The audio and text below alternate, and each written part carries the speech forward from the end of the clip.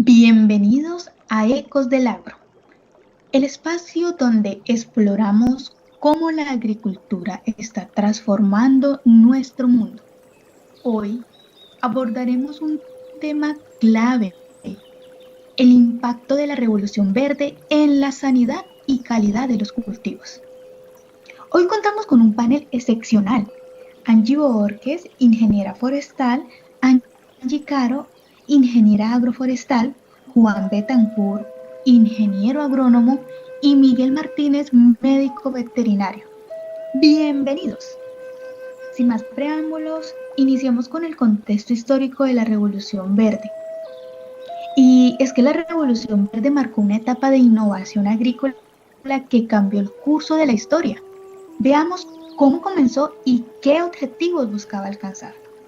Para explicarnos más a fondo, tenemos a la ingeniera agroforestal Angie Caro. Angie, ¿puedes contarnos sobre el contexto histórico mundial? Claro que sí, Lisbeth. Entonces iniciaré contándoles que la Revolución Verde, como lo acabas de mencionar, fue un proceso de transformación agrícola que surgió en el siglo XX aproximadamente entre 1940 y 1970.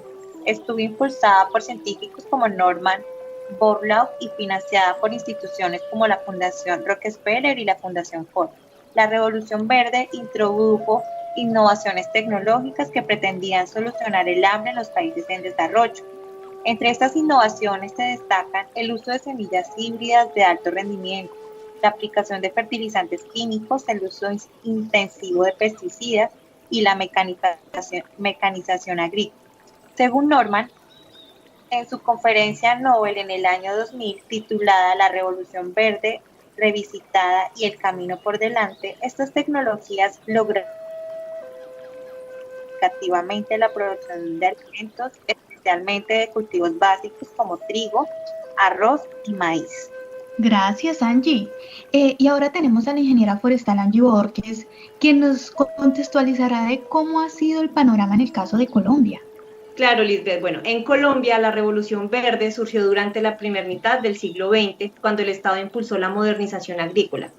Este cambio favoreció principalmente a los grandes terratenientes y a la agroindustria, dejando de lado a los pequeños productores, una realidad que hoy en día vemos que persiste.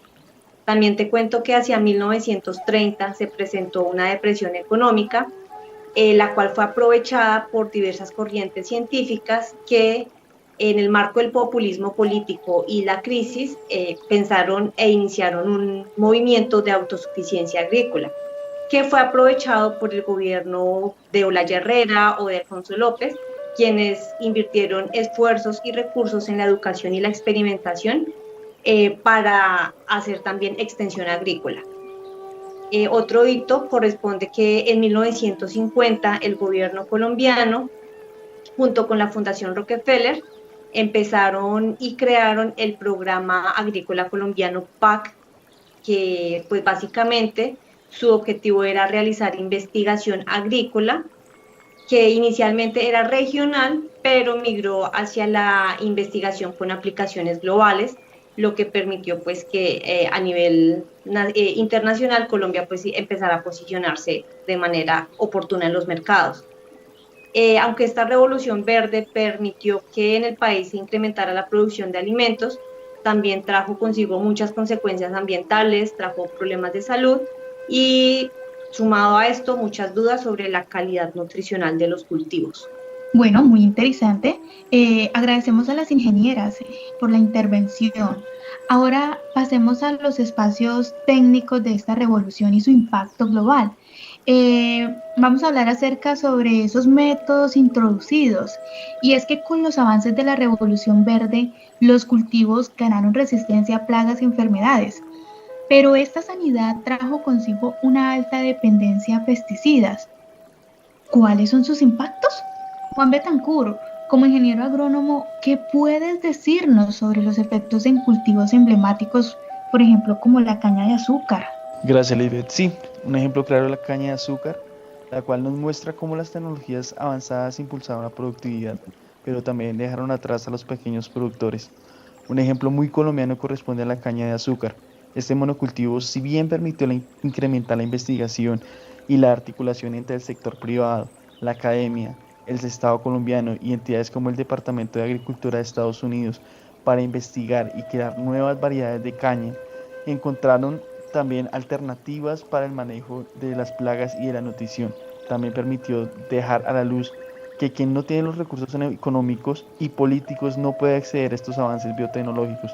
Tanto así que el gremio de los pequeños y medianos productores se quedaron atrás en tecnologías y a su vez quedaron rezagados en cómo poder competir en el mercado cada vez más significado, competitivo y productivo. Desde mi punto de vista profesional como ingeniero agrónomo, vinculado al sector floricultura en la sabana de Bogotá, afirmo que la sanidad de los cultivos en el sector, tanto floricultor como alimenticio, hablando de Colombia, es una espada de doble filo. Por un lado, garantiza flores y alimentos impecables que conquistan los mercados internacionales, pero por otro, el uso intensivo de agroquímicos plantea serios desafíos ambientales y sociales, algo que es traído de la agricultura tradicional desde hace muchos años, pero que desde el punto de vista técnico hemos venido y tenemos que seguir cambiando. Interesante, Juan. Y es que este es un tema de bastante discusión. Muchas gracias. Bueno, y siguiendo con el hilo del tema, pues Miguel Martínez nos hablará de cómo el uso intensivo de pesticidas también afecta el suelo y el agua. Miguel Martínez, desde tu experiencia, ¿qué nos puedes decir sobre los impactos del uso intensivo de estos pesticidas entonces en los sistemas de producción? Muchas gracias, Lisbeth. Claro que sí, te cuento a ti y a los oyentes. Cuando hablamos del uso intensivo de pesticidas, es importante entender que, aunque en un primer momento nos ayudan a controlar las plagas y posibles enfermedades de forma inmediata, su efecto a largo plazo en los cultivos no siempre es positivo. El abuso de estos productos nos pueden alterar el equilibrio natural de los agroecosistemas, favoreciendo la aparición, así como de las producciones pecuarias, la presencia de enfermedades y plagas más difíciles de controlar. Además, la acumulación de residuos químicos en las plantas puede afectar su calidad, pueden reducir su contenido nutricional, pueden llegar a alterar su sabor y llegar a ser percibido por los consumidores finales. Podemos decir que la dependencia excesiva de estos pesticidas pueden hacer que los cultivos sean más vulnerables a cambios ambientales y a la pérdida de biodiversidad en el suelo. Por eso, hoy en día se habla cada vez más de estrategias como el manejo integrado de plagas. Un claro ejemplo de este manejo es el uso de las mariquitas, quienes nos permiten controlar de forma biológica las plagas, especialmente los pulgones, quienes son los que afectan producciones como frutales y hortalizas acá en nuestra región. Gracias, Miguel. Y es que es importante mencionar que la Revolución Verde ha causado efectos negativos por la disminución de la calidad nutricional. Incluso algunas variedades de alto rendimiento fueron seleccionadas más por su cantidad que por su valor nutritivo, reduciendo, por ejemplo, las vitaminas, minerales y los sabores, pues en comparación, claro, de las variedades tradicionales. Juan, háblanos sobre la calidad y la cantidad. ¿Cuál prima? Sí, claro, es una pregunta que es muy reiterada y tiene mucha razón. Cuando hablamos de la calidad, de la calidad en el cultivo, surge una pregunta muy clara y la que tú comentabas. ¿Estamos priorizando la cantidad sobre la calidad? Durante la Revolución Verde, la búsqueda de altos rendimientos trajo un costo oculto y que poco a poco nos damos cuenta, que la disminución de la calidad nutricional en muchos cultivos alimenticios, sacrificando de paso vitaminas, minerales y sabor a favor de producir más. Ese es el momento en el que tenemos que repensar el modelo. Así como en la agricultura se habla de rescatar variedades tradicionales, en la agricultura también es vital recuperar prácticas agrícolas sostenibles que protejan el entorno, fomenten la biodiversidad y valoren más la calidad ecológica. Así es, Juan. Y por eso es que es importante también en reflexionar sobre esa calidad de los cultivos y las prácticas agrícolas que podrían ofrecer un equilibrio entre lo que es productividad y sostenibilidad. Bueno, para, digamos que ya cerrar, finalmente Angie Caro nos hablará sobre alternativas, por ejemplo, como los sistemas silvopastoriles. Claro que sí, Lisbeth. Entonces quisiera contarles que los sistemas silvopastoriles, como lo acabas de mencionar, son una estrategia. Esta estrategia entonces combina el manejo de árboles, pastos y animales en un mismo terreno, buscando aprovechar las interacciones ecológicas entre ellos. En este sentido, es importante traer a contexto lo indicado por Miguel Altieri, puntualizando que estos sistemas mejoran la fertilidad del suelo, reducen la erosión, promueven la biodiversidad y contribuyen al secuestro de carbono, todo mientras producen alimentos de alta calidad nutricional.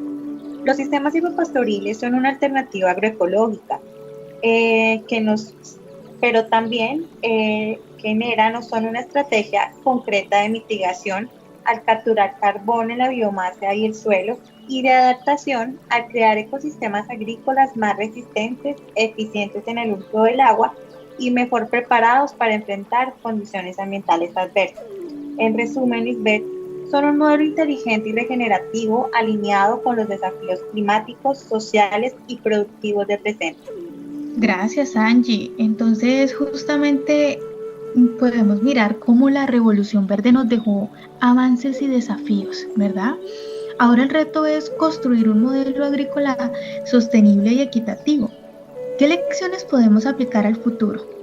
Invito rápidamente a todos nuestros expertos a compartir su perspectiva sobre cómo podemos avanzar hacia una agricultura más sostenible. Gracias, Lisbeth. Te cuento que tanto el gobierno como los productores debemos generar un apoyo para una agricultura más sostenible. Debemos generar una conciencia en los consumidores sobre las producciones agroecológicas, permitiendo que haya un aumento en la demanda de los productos locales para transformar con él todo el sistema agrícola. Cada elección de consumo puede ser una apuesta por la biodiversidad, por la salud humana y el respeto por los mismos ecosistemas. Educar a la sociedad de que no se trata solo de comer, sino ver el valor real de los alimentos, el cual va más allá del precio. Entender de dónde viene lo que consumimos, qué impactos tiene su producción y qué tipo de agricultura estamos apoyando en nuestras decisiones diarias. Al fortalecer el vínculo entre el consumidor y el productor local, construimos una cadena alimentaria más justa, más consciente frente a los desafíos ambientales que enfrenta la agricultura moderna. Bueno, considero que es necesario generar más combinaciones de cultivos mediante nuevos sistemas agroforestales y silvopastoriles.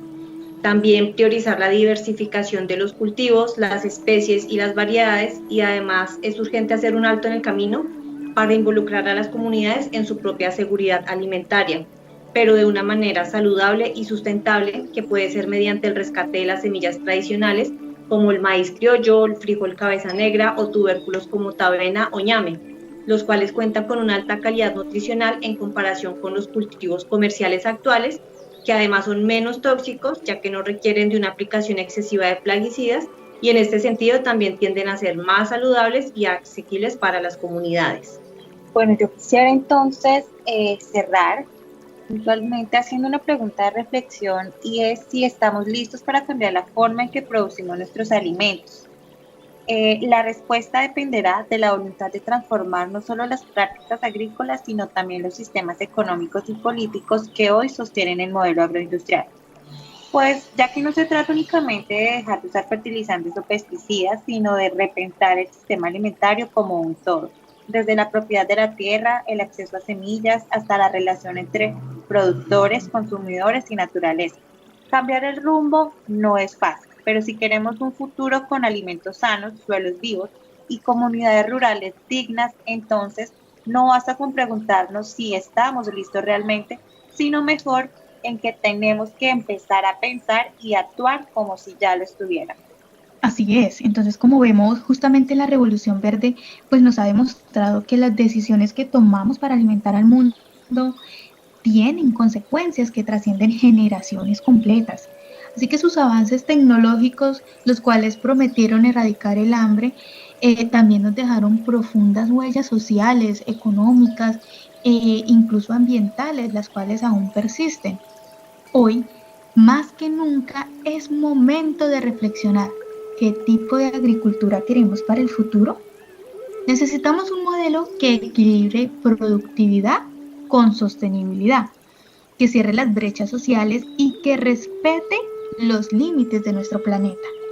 Al cultivar tierra, también estamos cultivando el legado que dejamos para las próximas generaciones.